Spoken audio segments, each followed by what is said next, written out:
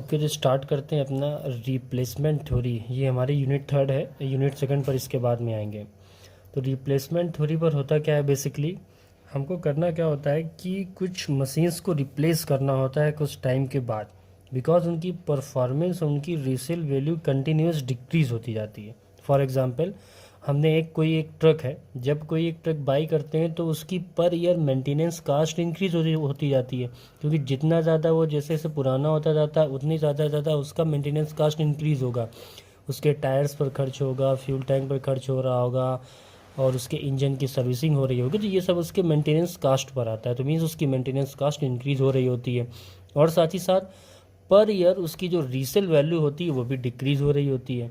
तो best time क्या होगा कि कब हम अपने ट्रक को सेल करें, वापस से सेल कर दें जो, और नया ट्रक बाई कर लें, जिससे कि हमको बेस्ट आउटपुट मिले, मीन्स मैक्सिमम प्रॉफिट हो सके, राइट। तो that is called replacement model. कि कोई भी एक सिस्टम है, सिस्टम मीन्स कोई भी ऑर्गेनाइजेशन है, कोई भी फैक्ट्री है जहाँ पर मशीन्स लगी हुई हैं, तो उस सिस्टम में किसी भी आइटम को कब रिप्लेस किया जाए, इस चीज़ को हम लोग रिप्लेसमेंट थ्योरी से फाइंड आउट करते हैं। Make sense.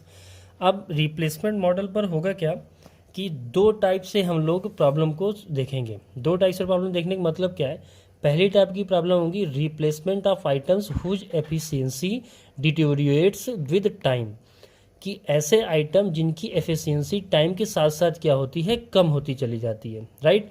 और इस पर भी दो केस होंगे। दो केस कौन कौन से होंगे, एक पहला केस होगा कि मनी वैल्यू इज कांस्टेंट, मतलब कि मनी की वैल्यू हमारी कांस्टेंट रहेगी। और सेकंड में क्या होगा, money value is changes with the time. यहाँ पर मनी वैल्यू कांस्टेंट होने का मतलब क्या है कि जो 100 रुपये की कीमत आज है, वही 100 रुपये की कीमत आज से 5 साल बाद, 10 साल बाद सेम वही वैल्यू रहे, तो उसमें बोलते हैं मनी वैल्यू कांस्टेंट। और अगर ऐसा हो कि जैसे कि 100 रुपये की जो आज वैल्यू है, वही वैल्यू आज से 10 साल बाद 150 रुपीज़ की होगी, तो हमने बोलेंगे कि मनी की जो वैल्यू है टाइम के साथ चेंज हो गई।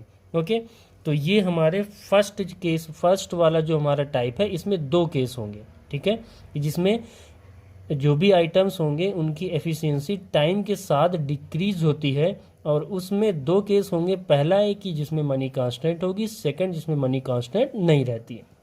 अब सेकंड टाइप में क्या होगा, replacement of items that fails suddenly, means कुछ ऐसे आइटम जो सडनली फेल हो जाते हैं। यहाँ पर क्या था, जैसे कोई ट्रक है तो ट्रक सडनली फेल नहीं होता, काम करना अचानक से बंद नहीं करेगा, वो धीरे धीरे सर्विस की कास्ट, मेंटेनेंस कास्ट इंक्रीज होती जाएगी, फिर जाकर के वो बंद होगा, पूरी तरीके से वर्क करना क्लोज करेगा। बट यहाँ पर इस सेकेंड वाले टाइप में कुछ ऐसे आइटम्स होंगे जो कि अचानक काम करना बंद कर देंगे। और वो कैसे आइटम्स हो सकते हैं हमारे, जैसे कि हमारे इलेक्ट्रिक बल्ब हो गया, इलेक्ट्रिक बल्ब लगातार जल रहा तो अचानक से फेल हो जाता है, ब्रेक डाउन हो जाता है, राइट। इसमें भी दो केस होंगे हमारे, इंडिविजुअल रिप्लेसमेंट और ग्रुप रिप्लेसमेंट। तो हम इन चारों टाइप की एक एक प्रॉब्लम को डिस्कस करेंगे। तो आज डिस्कस कर रहे हैं मनी वैल्यू इज कांस्टेंट। तो हमारे टाइप 1 की जो फर्स्ट है उसको हम लोग डिस्कस करने जा रहे हैं, राइट। ओके, तो स्टार्ट करते हैं अपनी पहली प्रॉब्लम। ओके, तो ये हमारी एक प्रॉब्लम हुई। अब इस प्रॉब्लम को देखते हैं, प्रॉब्लम को समझते हैं, फिर इसको सॉल्व करना स्टार्ट करते हैं।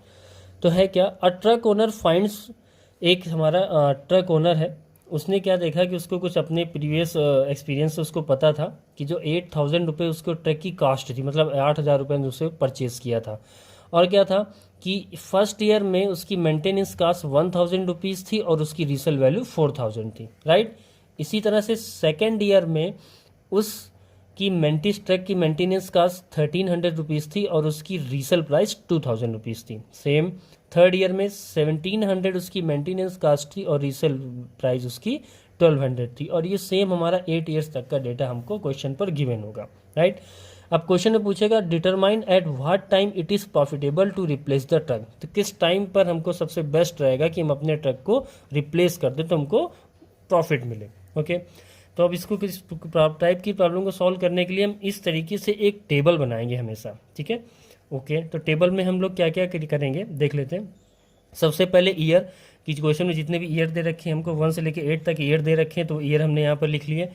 सेकंड हमारा होगा मेंटेनेंस कास्ट, इसको आरएन से डिनोट करते हैं। मेंटेनेंस कास्ट बोलें, ऑपरेटिंग कास्ट बोलें, बात एक ही होगी। ऑपरेटिंग कास्ट मतलब अगर कोई मशीन होगी तो उसकी ऑपरेटिंग कास्ट, तो मेंटेनेंस कास्ट हमारी क्या होगी, ये इस तरीके से हमारी मेंटेनेंस कास्ट जो दी हुई देखिए 1000, 1300, 1700, देखिए मैंने सीरियल वाइज वैसे ही लिख ली है, राइट। इसके बाद एक होगी हमारी कुमुलेटिव मेंटेनेंस कास्ट, इसको सिग्मा आर एन से डिनोट करते हैं। अभी इस पर आते हैं कि इसको कैसे कैलकुलेट करेंगे। इसके बाद जो रीसेल वैल्यू क्वेश्चन पर दी होगी उसे एस से डिनोट करते हैं, इसे एस से डिनोट करते हैं और इन सारी चीज़ों को भी हम यहाँ पर लिख लेंगे, राइट। देन यहाँ पर ये डेप्रिशिएशन कैलकुलेट होगा, that is our cost minus ये रीसेल वैल्यू, इसे स्क्रैप वैल्यू, रीसेल वैल्यू को स्क्रैप वैल्यू भी बोलते हैं, SCRAP स्क्रैप वैल्यू। तो डेप्रिशिएशन कैलकुलेट होगा, ये हमारी टोटल कास्ट होगी, ये PN से कैलकुलेट होगा, हमारी एवरेज कास्ट होगी जिसे PN डिवाइडेड बाई N से कैलकुलेट होगा। अब चलिए स्टार्ट करते हैं कि इन सब का मीन क्या होता है, हर एक पॉइंट का इनको चेक करना स्टार्ट करते हैं। ओके, सो सबसे पहले मेंटेनेंस कास्ट लिख ली, ईयर लिख लिया। अब हम लोग यहाँ पे सबसे कम्युलेटिव मेंटेनेंस कास्ट कैलकुलेट करना स्टार्ट करेंगे। अब कम्युलेटिव मेंटेनेंस कास्ट कैलकुलेट कैसे करेंगे देखते हैं। ये 1000 लिखा हुआ है, तो फर्स्ट ईयर के लिए जो कम्युलेटिव मेंटेनेंस कास्ट होगी वो 1000 ही होगी, राइट। अब सेकेंड ईयर के लिए जो मेंटेनेंस हमारी कम्युलेटिव कास्ट होगी उसको इस 1000 ये और ये जो सेकेंड ईयर की हमारी मेंटेनेंस कास्ट दे रखी इन दोनों को ऐड कर देंगे, मतलब 1000 प्लस 1300 ये हमारा कितना हो जाएगा 2300, राइट। इसी तरीके से थर्ड ईयर की कम्युलेटिव कास्ट कैसे निकलेगी, तो सेकेंड ईयर की जो कम्युलेटिव कास्ट है उसमें थर्ड ईयर की मेंटेनेंस कास्ट को ऐड कर देंगे, तो हमारी कास्ट निकल के आ जाएगी, कितनी हो जाएगी 400, 2300 प्लस 1700 इक्वल टू 400। इसी तरह से फोर्थ ईयर की cumulative maintenance cost find out करने के लिए थर्ड ईयर की कम्युलेटिव कास्ट और हमारी फोर्थ ईयर की मेंटेनेंस कास्ट को ऐड कर देंगे, तो हमारी इसकी कम्युलेटिव कास्ट आ जाएगी, दैट इज़ अवर 6200। और सेम प्रोसीजर आगे हम लोग फॉलो करते हुए चले जाएंगे। मैं इसे कंप्लीट कर देता हूँ। ये हो गया 12,900, सेवेंथ ईयर की हो जाएगी हमारी 17,700 एंड एट्थ ईयर की हो जाएगी हमारी 23,700। तो ये हमारी कम्युलेटिव मेंटेनेंस कास्ट निकल के आ गई। देन इसके बाद हमारी रीसेल वैल्यू हमने पहले ही क्वेश्चन से नोट डाउन कर ली थी। अब इसके बाद हमको डेप्रिसिएशन फाइंड आउट करना है, तो डेप्रिसिएशन में कास्ट माइनस ये जो हमारी रीसेल वैल्यू होगी इसको माइनस करते हैं। अब कास्ट क्या है, देखो हमारी कास्ट दे रखी है कि a truck whose purchase price is 8000, तो हमारी सी की वैल्यू मतलब जो कास्ट प्राइस किस प्राइस में ट्रक को परचेज किया था वो हमारा 8000 दे रखा है, राइट। तो डेप्रिसिएशन कैसे कैलकुलेट होगा, अब इस 8000 में इन रीसेल वैल्यू की हमको माइनस करते हुए चले जाना है। तो 8000 माइनस 400 कितना आएगा 4000 इक्वल टू 4000 आ गया हमारा। 8000 माइनस 2000 कितना आ गया 6000। 8000 माइनस 1200 हमारा कितना आ गया 6800, राइट। इसी तरीके से 8000 इन सबको माइनस करते हुए इन सारी वैल्यूज़ को हम लोग लिख देंगे। तो 8000 माइनस 600 7400, 8000 माइनस 500 7500, 7600 7600 एंड ये सेम रहेंगी, ओके, राइट।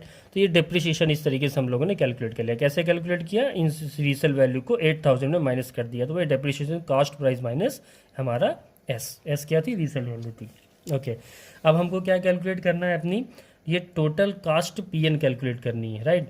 तो टोटल कास्ट हम लोग कैसे कैलकुलेट करेंगे, तो टोटल कास्ट कैलकुलेट करने के लिए जो हमारी कम्युलेटिव मेंटेनेंस कास्ट आई है और ये जो हमारी हमने ये कैलकुलेट किया है डेप्रिसिएशन, इन दोनों को हमको ऐड करके लिखना होगा, राइट।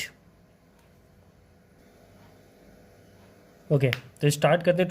टोटल कास्ट कैसे निकाला, हम लोग अपनी जो कम्युलेटिव मेंटेनेंस कास्ट निकाली है और ये जो हमने निकाला है अपना डेप्रिसिएशन, इन दोनों को ऐड करके total cost PN find out करेंगे। तो 1000 plus 4000 equal to 5000, 2300 plus 6000 equal to 8300, same 6800 plus 4000 ये कितना निकल के आएगा हमारा 10800, ठीक है। इसी तरीके से इन दोनों को हम लोग ऐड करते हुए चले जाएंगे, ये वैल्यू आएगी 13600। इन दोनों को ऐड करेंगे तो आएंगे हमारा, इन दोनों को ऐड करेंगे तो हमारी वैल्यू आएगी 16600। अब इन दोनों को ऐड करेंगे मीन्स 12900 एंड 7600 को, तो वैल्यू आएगी हमारी 20500। इसी तरीके से वैल्यू आएगी हमारी 25300 और इन दोनों को ऐड करेंगे तो वैल्यू आएगी हमारी 31300, राइट। इस तरीके से हमने इन वैल्यूज़ को ऐड कर दिया। अब क्या होगा, एवरेज कास्ट क्या होगी, पी एन बाई एन होगा, मतलब ये पी एन की वैल्यू है, इसमें हर ईयर से डिवाइड करते हुए चले जाएंगे। तो एन की वैल्यू ईयर मतलब ये हो गए, तो पी एन की वैल्यू हमारी क्या थी 5000 डिवाइडेड बाई 1 कितना आ जाएगा हमारा 5000 आ जाएगा। अब पी एन की वैल्यू 8300, यहाँ पर एन की वैल्यू कितनी है 2, तो 8300 को 2 से डिवाइड करेंगे कितना आएगा 4150। इसी तरीके से 10800 को 3 से डिवाइड करेंगे तो हमारी वैल्यू कितनी आएगी 3600। इसी तरीके से 13600 को 4 से डिवाइड करेंगे तो हमारी वैल्यू आएगी 3400। इसी तरीके से डिवाइड करते हुए हम लोग लिखते हुए चले जाएंगे, ये वैल्यू आ जाएगी 3320, ये आ जाएगा हमारा 3416.66, ये वैल्यू आ जाएगी 3614.28, ये वैल्यू आ जाएगी हमारी 3912.5। ओके, जब हमारी एवरेज कास्ट हमारी कैलकुलेट हो जाएगी तो अब यहाँ पर चेक करना स्टार्ट करेंगे क्या कि हम कंटिन्यूस यहाँ देखेंगे तो हमारी जो एवरेज कास्ट है ये कंटिन्यूस हमारी डिक्रीज़ हो रही है, राइट। डिक्रीज़ हो रही मीन्स ये 5000 है, इसके बाद 4150, फिर 3600, कंटिन्यूस डिक्रीज़ हो रही है। तो हमारी एवरेज कास्ट देखते जाएंगे डिक्रीज़ होती जा रही है। और यहाँ पर देखा आफ्टर द फिफ्थ ईयर पर थी 3320, और इसके बाद इसकी जो एवरेज कास्ट आई ये देखिए हमारी यहाँ से इंक्रीज़ होना स्टार्ट हो गई।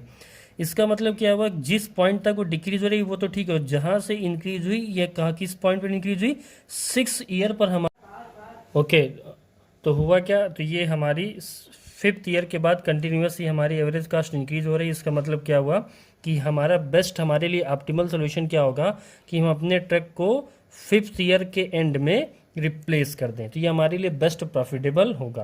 तो यहाँ पर लिख देंगे the truck should be replaced at the end of 5th year, or that is our final solution.